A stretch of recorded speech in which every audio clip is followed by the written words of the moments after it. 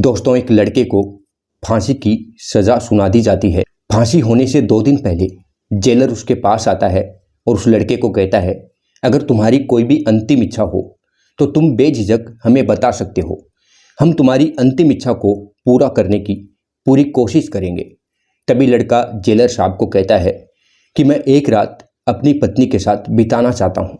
दोस्तों, कैदी की ये बात सुनते ही जेलर पूरी तरह शॉक्ड हो जाता है, क्योंकि उन्होंने अपने पूरे कार्यकाल के दौरान बहुत से कैदियों को फांसी की सज़ा होते देखा था, मगर किसी भी कैदी ने अंतिम इच्छा के तौर पर यह बात जाहिर नहीं की थी कि वो एक रात अपनी पत्नी के साथ बिताना चाहता है। मगर दोस्तों, जेलर साहब ये सोचते हुए 2 दिन बाद ये इस दुनिया से चला जाएगा, ऐसी कोई खास बड़ी इसकी इच्छा भी नहीं है, क्यों ना इसकी पत्नी को एक रात इसके पास रहने की इजाज़त दी जाए। वो एक सिपाही को उसकी पत्नी के पास भेज देता है।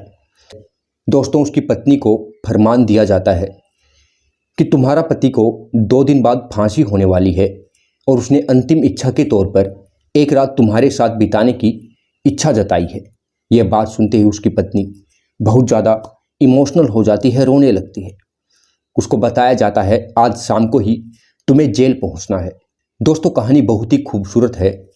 इससे पहले मेरी आपसे एक ही रिक्वेस्ट है, प्लीज़ 10 मिनट का समय निकालकर कहानी को पूरा ज़रूर सुनना। दोस्तों, ये कहानी शुरू होती है 2 पक्के दोस्तों से। योगेश और योगेंद्र बहुत ही ज़्यादा पक्के दोस्त थे। एक साथ ही उन दोनों की पढ़ाई होती है, एक ही स्कूल से वो पढ़ाई करते हैं, सभी काम दोनों मिल बांट कर करते हैं। एक ही कंपनी में उन दोनों दोस्तों की नौकरी भी लग जाती है। दोस्तों, एक दिन दोनों दोस्त अपने रूम पर बैठे हुए आपस में बातें कर रहे थे। दोस्तों, तभी योगेंद्र अपने दोस्त योगेश से कहने लगता है कि आज तक हमने ज़िंदगी में सभी काम मिल बांट कर किए हैं, यहाँ तक कि नौकरी भी हम एक ही कंपनी में कर रहे हैं। इसलिए आज हम एक दूसरे से वादा करते हैं कि जो भी चीज़ ज़िंदगी में तुम हासिल करोगे, जो भी तुम्हारे पास होगा, उस पर मेरा भी आधा अधिकार होगा। वैसे ही जो भी मेरे पास होगा, जो मैं हासिल करूँगा, उस पर तुम्हारा भी आधा अधिकार होगा। उसकी ये बात सुनते ही योगेश विचलित हो जाता है और उसे कहने लगता है, क्या मेरी पत्नी पर भी तुम्हारा आधा अधिकार होगा? दोस्तों, ये बात सुनते ही योगेंद्र ज़ोर ज़ोर से हंसने लगता है। कहता है कि ये वादा हमने आज एक दूसरे के साथ किया है, जबकि तुम्हारी शादी इस वादे से पहले हो चुकी है। इसलिए तुम्हारी पत्नी पर, यानी कि भाभी जी पर, मेरा कोई भी अधिकार नहीं होगा। इस बात को सुनकर योगेश को थोड़ी राहत मिलती है और दोनों अपनी लाइफ में नॉर्मल हो जाते हैं। दोस्तों, करीब 1 महीने का वक्त ही गुजरा होता है। योगेश की अपनी ही कंपनी में काम करने वाली एक लड़की से गहरी दोस्ती हो जाती है। दोनों एक दूसरे के साथ अपना खाना भी शेयर करने लगते हैं। दोनों को जब भी वक्त मिलता, एक दूसरे के साथ बैठकर घंटों बातें करने लगते हैं। ऐसे ही उन दोनों की दोस्ती बहुत ज़्यादा गहरी हो जाती है।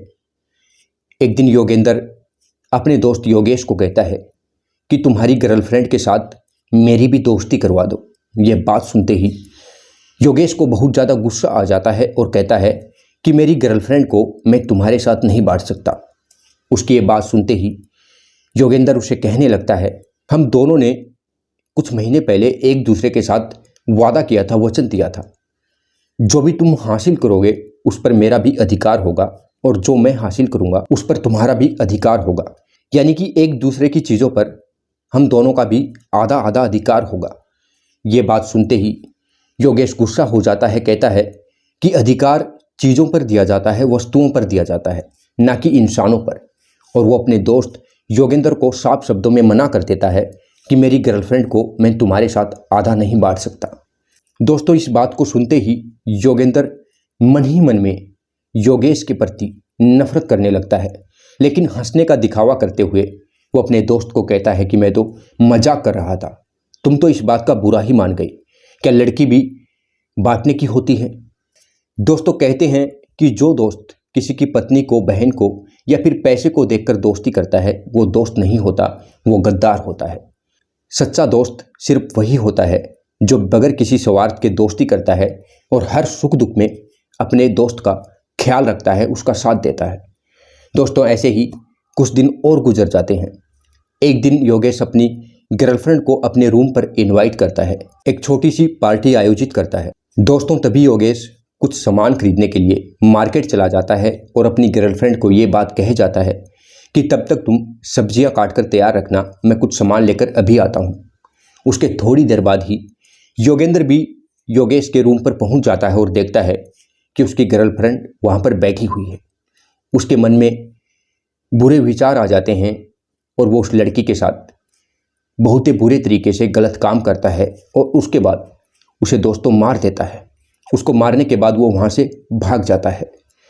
साथ ही साथ पुलिस को कॉल करके भी बता देता है, मैं मेरे दोस्त से मिलने के लिए उसके रूम पर गया था और जब मैंने वहाँ पर जाकर देखा तो वहाँ पर एक लड़की की लाश पड़ी हुई थी। दोस्तों थोड़ी देर बाद ही योगेश जो ही अपने रूम पर पहुँचता है, जो ही वो अपनी गर्लफ्रेंड को, उस लड़की को बिस्तर पर मरा हुआ पाता है, वो बहुत ज़्यादा विचलित हो जाता है, रोने लगता है। इससे पहले कि वो कुछ समझ पाता वहाँ पर पुलिस भी आ जाती है और मौका वारदात सभी सबूत योगेश के ही खिलाफ होते हैं।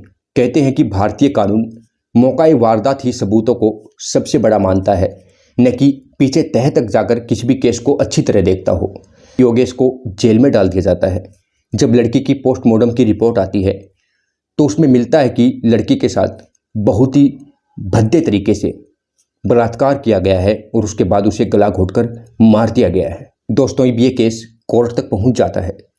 कोर्ट में योगेश अपने आप को निर्दोष साबित करने की लाख कोशिश करता है, लेकिन एक भी सबूत उसके पक्ष में नहीं था, सभी सबूत उसके खिलाफ थे। जज साहब उसे फांसी की सज़ा सुना देते हैं। दोस्तों उसे वापस जेल में ले जाकर डाल दिया जाता है। 2 दिन के बाद उसे फांसी होने वाली थी। अभी जेलर साहब उसके पास आकर उसे कहते हैं कि 2 दिन के बाद तुम्हें फांसी होने वाली है, अगर उससे पहले तुम्हारी कोई भी अंतिम इच्छा हो तो तुम हमें बेझिझक बता सकते हो। ये बात सुनते ही लड़का कहता है कि मैं एक रात अपनी पत्नी के साथ बिताना चाहता हूँ। शुरुआत में तो जेलर ये बात सुनकर हैरान हो जाता है, शॉक्ड हो जाता है, लेकिन फिर भी वो एक कैदी था और उसकी अंतिम इच्छा को पूरा करना कानून का अधिकार था, तो उसकी अंतिम इच्छा को पूरा कर दिया जाता है। उसकी पत्नी को जेल बुला लिया जाता है। एक बैरक को पूरी तरह खाली किया जाता है। उसमें जेलर साहब अपनी तरफ से कैदी को बगैर बताए एक टेप रिकॉर्डर छुपा देते हैं। साथ ही साथ 2 सिपाहियों को गेट पर ड्यूटी के तौर पर भी लगा देते हैं। दोस्तों जो ही उसकी पत्नी बैरक में प्रवेश करती है, अपनी पत्नी को देखते ही योगेश फूट फूट कर रोने लगता है। उसकी पत्नी का भी कुछ ऐसा ही हाल होता है, क्योंकि दोनों एक दूसरे को आखिरी बार देख रहे थे, क्योंकि आज के बाद वो दोनों एक दूसरे से दूर हो जाएंगे। उसकी पत्नी उसके पास जाकर बैठती है और उससे कहती है कि आपने ऐसा क्यों किया? आप जानते थे कि आपकी पत्नी है, आपके 2 बेटे हैं, उसके बाद भी आपने किसी दूसरी लड़की से प्यार किया। यहाँ तक तो ठीक था कि तुमने उसे अपनी गर्लफ्रेंड बना लिया, लेकिन तुमने उसका खून क्यों किया? दोस्तों ये बात सुनते ही योगेश अपनी पत्नी के सामने ही फूट फूट कर रोने लगता है, मानो उसका संसार ही उजड़ गया हो, यानी कि वो निर्दोष हो और उसे गलत तरीके से फंसाया जा रहा हो। वो अपनी पत्नी से कहने लगता है, नहीं तो उस लड़की के साथ मेरा प्यार वाला रिलेशन था, उसके साथ मेरी सिर्फ गहरी दोस्ती थी, उससे ज़्यादा कुछ भी नहीं था। हम ऑफिस में जो भी परेशानी होती थी उसके बारे में एक दूसरे के पास बैठकर दुख सुख की बातें करते थे। उसके अलावा हमारा फिजिकल रिलेशन बिल्कुल भी नहीं था। मैं मेरे बच्चों की कसम खाकर कहता हूँ, ना ही मैंने उसका खून किया है, बल्कि मेरे दोस्त योगेंद्र ने उसका खून किया है, क्योंकि योगेंद्र ने मुझसे एक दिन कहा भी था कि इस लड़की के साथ मेरी दोस्ती करवा दो, और इस बात पर मैंने उसे धमका दिया था। उसी ने पुलिस को कॉल करके बताया है कि मैंने मेरे दोस्त के कमरे पर एक लड़की की लाश को देखा है। दोस्तों वो कहता है कि मैं बिल्कुल निर्दोष हूँ। भारतीय कानून बिल्कुल अंधा है, वो सिर्फ मौका ही वारदात सबूतों को देखता है, न कि केस की तह तक जाकर। अगर कोई आज मेरे सामने गीता को लाकर रख दे तो मैं उस पर हाथ रखकर कसम खाता हूँ कि मैंने ऐसा कुछ भी नहीं किया, मैं बिल्कुल निर्दोष हूँ। मैंने उस लड़की को नहीं मारा, उस लड़की को मेरे दोस्त योगेंद्र ने मारा है। दोस्तों ये सभी बातें जेलर भी अपने कैबिन में बैठे हुए सुन रहा था। वहाँ पर जो बाकी सिपाही खड़े थे वो भी उसकी बात को सुनते हुए रोने लगते हैं, क्योंकि एक निर्दोष इंसान को फांसी की सज़ा दे दी गई थी। मगर वो लोग, जेलर साहब और बाकी जो सिपाही थे, वो कुछ भी नहीं कर सकते थे, ये जानते हुए भी कि ये इंसान निर्दोष है, क्योंकि उस इंसान ने अपनी पत्नी के साथ एक रात बिताने के लिए सिर्फ इसीलिए कहा था ताकि वो अपनी पत्नी की नज़रों में एक हत्यारा बनकर न मरे।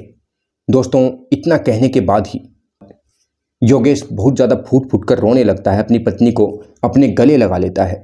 उसकी पत्नी उसके आंसू पूछती है और कहती है कि अब कुछ भी नहीं हो सकता, तुम हिम्मत रखो।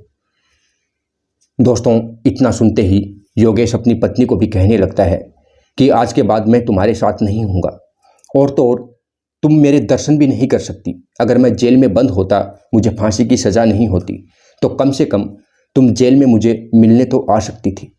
अब तुम्हें अकेले ही अपने जीवन में आगे बढ़ना है। तुम्हारे 2 बेटे हैं, उनको ही अब पालो पोसो और उनको ही अपना जीवन मानकर आगे बढ़ो। दोस्तों, दोनों पति पत्नी बुरी तरह रोने लगते हैं। उनको इस तरह रोते हुए देखकर जेल के बाकी कर्मचारी भी रोने लगते हैं, क्योंकि आज एक निर्दोष इंसान फांसी के तख्ते पर चढ़ने जा रहा था। दोस्तों, पूरी रात दोनों पति पत्नी एक दूसरे से दुख सुख की बातें करते हैं। सुबह होते ही उसकी पत्नी को बैरक से बाहर निकाल दिया जाता है। जब उसकी पत्नी उससे दूर जाती है तो उसकी पत्नी अपने पति की तरफ देखती है और योगेश अपनी पत्नी की तरफ देखता है। तभी उसकी पत्नी पुलिस से अपने आप को छुड़ाते हुए दौड़कर अपने पति के गले लग जाती है और कहती है, अगर तुम हत्यारे होते, तुमने कुछ गलत किया होता, तो शायद मैं इतना ज़्यादा पश्चाताप नहीं करती, लेकिन तुम बिल्कुल निर्दोष हो और निर्दोष होते हुए भी तुम्हें फांसी की सज़ा दे दी गई। इस बात का दुख मैं ज़िंदगी भर नहीं भूल पाऊंगी।